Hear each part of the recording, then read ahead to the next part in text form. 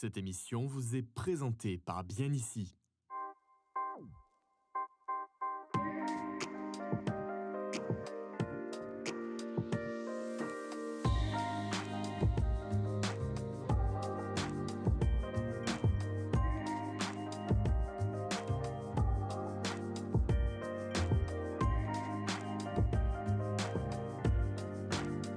Alors, on va revenir sur la question des relations entre les propriétaires et le fameux syndic de copropriété, qui est à la fois évidemment un garant, mais qui parfois rentre en contentieux avec des propriétaires. On regarde ensemble, Renaud d'Albera, ce sujet de Stéphanie Mossman, et on en parle tout de suite après.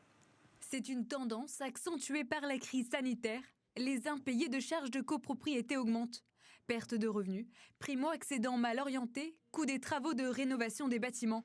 La situation se tend dans certaines copropriétés à cause des mauvais payeurs.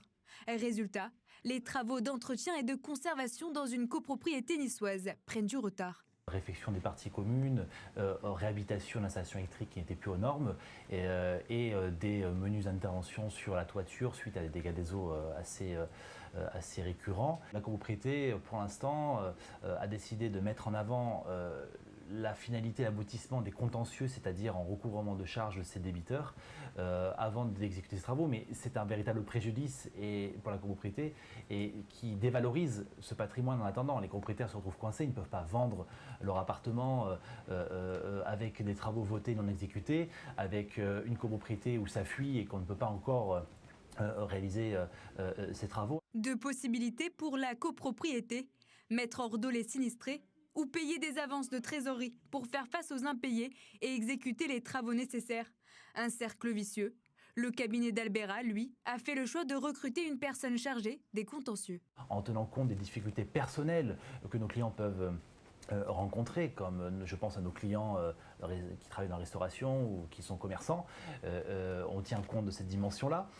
Et si malheureusement nos tentatives amiables n'aboutissent pas, on engage ensuite des contentieux qui peuvent aller jusqu'à la saisie immobilière. Donc notre mission, c'est vraiment d'aller au bout des choses pour que les fonds puissent rentrer à un moment donné. Et à titre d'exemple, les saisies immobilières, il y a un an, nous n'avions qu'un seul dossier de saisie immobilière. Aujourd'hui, nous en sommes à entre 20 et 30 dossiers votés en Assemblée Générale. Donc c'est pour vous dire à quel point il y a un accroissement depuis quelques années. À noter qu'en 10 ans, les contentieux pour défaut de paiement ont augmenté de 29%.